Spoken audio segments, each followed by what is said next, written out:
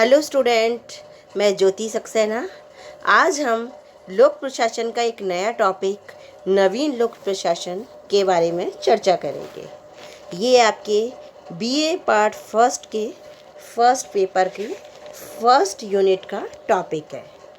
नवीन लोक प्रशासन या न्यू पब्लिक एडमिनिस्ट्रेशन।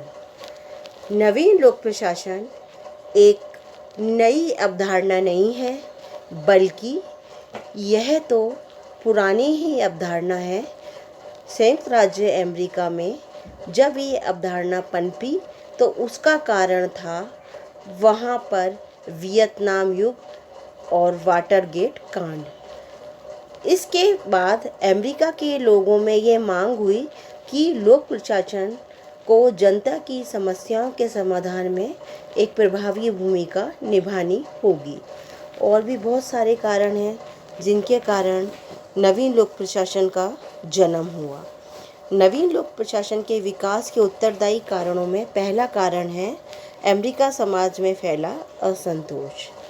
जब वियतनाम युद्ध के बाद वहाँ के लोगों में असंतोष फैलने लगा, क्योंकि वहाँ की सामाजिक, आर्थिक और राजनीतिक परिस्थितियाँ व्यक्तियों के विपरीत बन रही थी और यह चर्चा होने लगी कि सरकारी नीति और प्रशासन कहाँ तक जनता का कल्याण करने में सक्षम है। उन्हें एक ऐसे प्रशासन की आवश्यकता महसूस हुई जो उनकी समस्याओं का समाधान कर सके। नेक्स्ट, इसका जो एक महत्वपूर्ण कारण है नवीन लोक प्रशासन के जन्म का, वो है सार्वजनिक सेवाओं संबंधी उच्च शिक्षा पर हनी प्रतिवेदन। अमेरिकन लोक प्रशासन सोसाइटी ने 1966 में जॉन सी हनी से ये कहा कि वह अमेरिका के विश्वविद्यालयों में लोक प्रशासन एक स्वतंत्र विषय के रूप में अध्ययन कराने की क्या क्या संभावनाएं हो सकती है, इस विषय में शोध करें। 1967 में प्रोफेसर हन्नी ने अपना प्रतिवेदन दिया और ये कहा कि वहाँ लोक प्रशासन की 4 महत्वपूर्ण समस्याएं हैं। वो समस्याएं थी: विश्वविद्यालय में स्वतंत्र विषय में अध्ययन और शोध के लिए धन नहीं था, लोक प्रशासन विषय के लिए ही मतभेद बना था, लोक प्रशासन एक विषय है या एक विज्ञान या एक व्यवसाय, इस पर निर्णय ही नहीं हो पा रहा था। लोक प्रशासन के विभागों में अपूर्णताएं फैल रही थी। लोक प्रशासन के विद्वान और हमारे प्रशासन के प्रशासकों के मध्य मतभेद बढ़ता जा रहा था।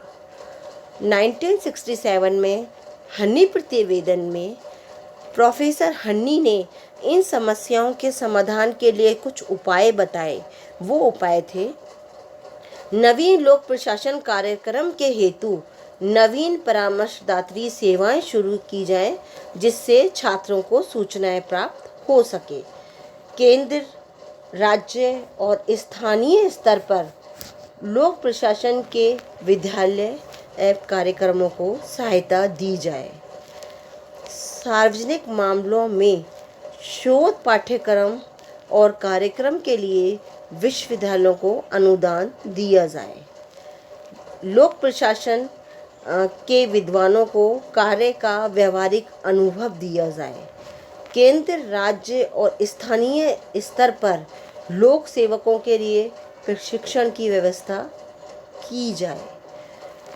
लोक सेवा शिक्षा संबंधी एक राष्ट्रीय आयोग की स्थापना की जाए। वो छात्र जो लोक प्रशासन में एमए कर रहे हैं, उन्हें छात्रवृत्तियां दी जाए ताकि वह लोक सेवा को अपनी एक आजीविका के रूप में अपनाने का प्रयास करें।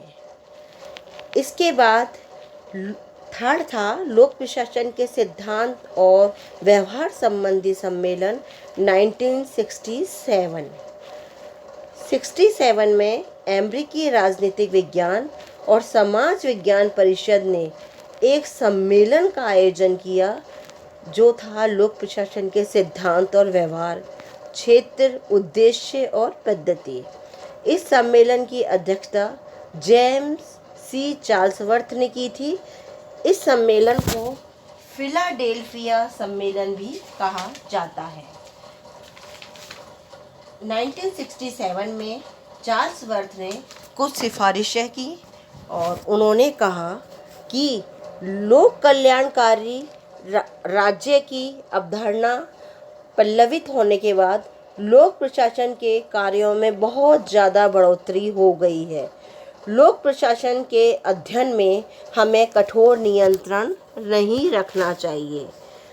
सरकार के अध्ययन और लोक प्रशासन के अध्ययन में हम विभाजन नहीं कर सकते। लोक प्रशासन का विषय शहरी निर्धनता, बेरोजगारी, गरीबी, सामाजिक समस्याएं होनी चाहिए। प्रशासनिक संगठनों में 5 सोपान व्यवस्था पर जोर दिया जाना चाहिए। लोक प्रशासन में शिक्षण और प्रशिक्षण दोनों ही होने चाहिए। नौकरशाही का अध्ययन संरचनात्मक और प्रक्रियात्मक दोनों ही होना चाहिए, यानी संरचना के आधार पर कार्यों का अध्ययन और कार्यों के आधार पर संरचना का अध्ययन किया जाना चाहिए। एक व्यवसाय के रूप में लोक प्रशासन को राजनीतिक विज्ञान से अलग नहीं किया जाना चाहिए। लोक प्रशासन एक अनुशासन तो है ही, लेकिन लोक प्रशासन के कुछ भाग पर वैज्ञानिक विधियों का प्रयोग संभव है और कुछ पर संभव नहीं है। जिन भाग पर वैज्ञानिक विधि का प्रयोग नहीं होता, लोक प्रशासन का वही भाग सबसे ज़्यादा महत्वपूर्ण है। इसके बाद लोक प्रशासन के विकास के लिए मिन्नो-ब्रुक सम्मेलन भी महत्वपूर्ण है। 1968 में मिन्नो-ब्रुक सम्मेलन का आयोजन हुआ। उस समय अमेरिका के समाज में राजनीतिक, आर्थिक और प्रशासनिक उथल-पुथल हो रही थी। वहाँ पर बहुत सारी समस्याएं आ रही थी। उन समस्याओं का समाधान करना लोक प्रशासन के लिए एक चुनौती साबित हो रहा था। तब इस फिलाडेल्फिया सम्मेलन, जिसके अधिकांश युवा विद्वान थे, जिनमें 50 से 70 वर्ष की आयु के थे, इन सम्मेलनों में सारे वो युवा विद्वान शामिल हुए जिन्होंने समस्या समाधान के लिए अपने अपने सुझाव दिए। इसलिए हम मिन्नो-ब्रुक सम्मेलन को युवा पीढ़ी का सम्मेलन भी कहते हैं। इस सम्मेलन ने ही नवीन लोक प्रशासन को जन्म दिया। मैथ्यू कैंसन ने इस सम्मेलन के निर्णयों को बताते हुए यह कहा कि इस सम्मेलन में ये कहा गया कि लोक प्रशासन को सामाजिक परिवर्तन के अभिकर्ता के रूप में काम करना चाहिए तथा प्रशासनिक संगठनों को अपने पर्यावरण के प्रति संवेदनशील होना चाहिए।